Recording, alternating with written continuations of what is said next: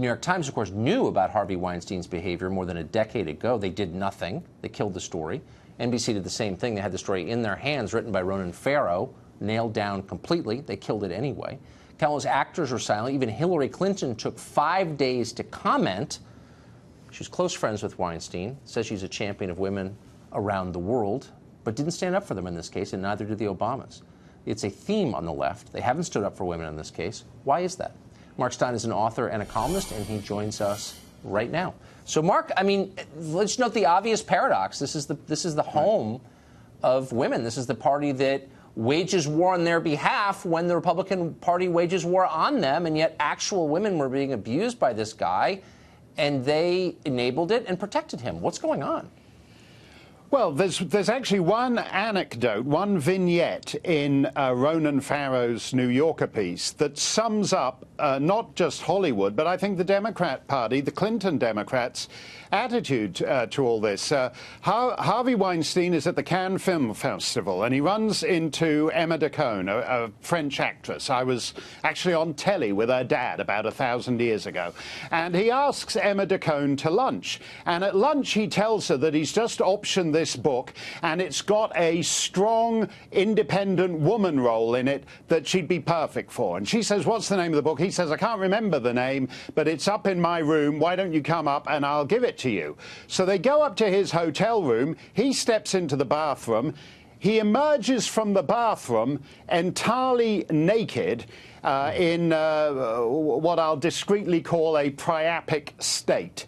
And that's progressive values in Hollywood in a nutshell. Oh, I'm totally committed to more roles for fierce, strong, independent women, and I'll consider giving one to you if you come up to my room and sexually service me. That is actually the Harvey Weinstein story, and to a certain extent, that is also the Clinton Democrat story too. Well, it's literally the Bill Clinton story. It's literally so. That's right. What is this psychological transference? Is the people who are committing the crime accusing their opponents of being guilty of the offense because it's somehow a way of expiating their guilt? I mean, why is it that people always accuse, the left always accuses its opponents of doing the exact same thing they're guilty of? Have you noticed this?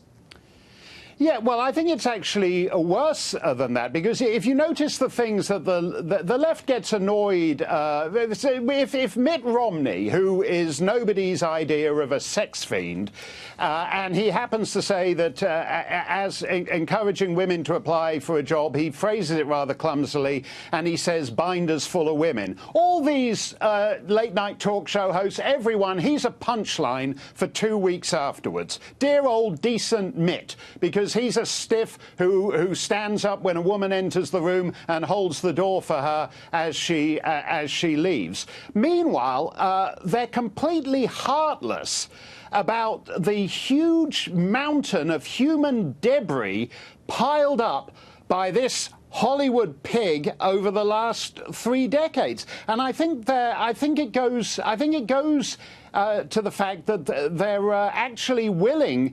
It's the old line about communism: you can't make an omelette without breaking a few eggs. Right. And in this case, Harvey Weinstein's the guy who made Shakespeare in Love, and if he were talking to Shakespeare, he'd say you can't make a Hamlet without breaking a few chicks. This is the necessary collateral damage. No, this is the necessary collateral damage as they see it. They love humanity but mistreat people. It's always in the abstract. So you are seeing, even now, we could not get anybody from Los Angeles, and I know a lot of people out there, to come on and talk about this. You got to kind of wonder, at what point does Hollywood come clean and admit that Harvey Weinstein is not an aberration? He's not, I mean, he may have been the most piggish guy you've ever heard of, but he's not an anomaly out there. I mean, do we ever get to kind of reform that culture? Well, I think that's very interesting. I mean, Harvey Levin was saying a couple of minutes ago that there's no actual crime here yet for the FBI to investigate. Just rape allegations, no big deal. Yeah. Well, but there are certain other oddities here. For example, the Miramax head guy in Italy was a guy who knew nothing about movies and was paid 400 grand a year to procure broads for Harvey Weinstein.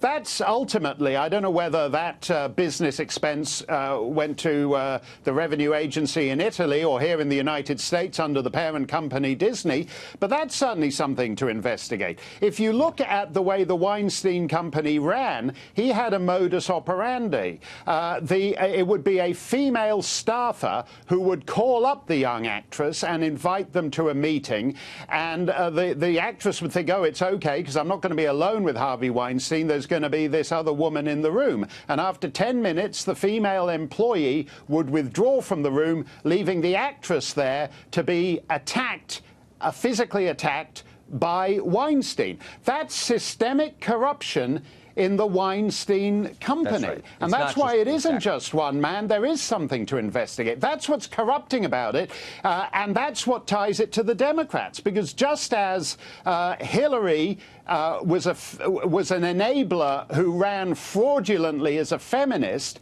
so these enablers in the Weinstein Company present themselves as a progressive feminist organization. Exactly. I'm coming to the conclusion that feminism isn't sincere. Just throwing that out there. Mark Stein, great to see you tonight. Thanks a lot, Tucker.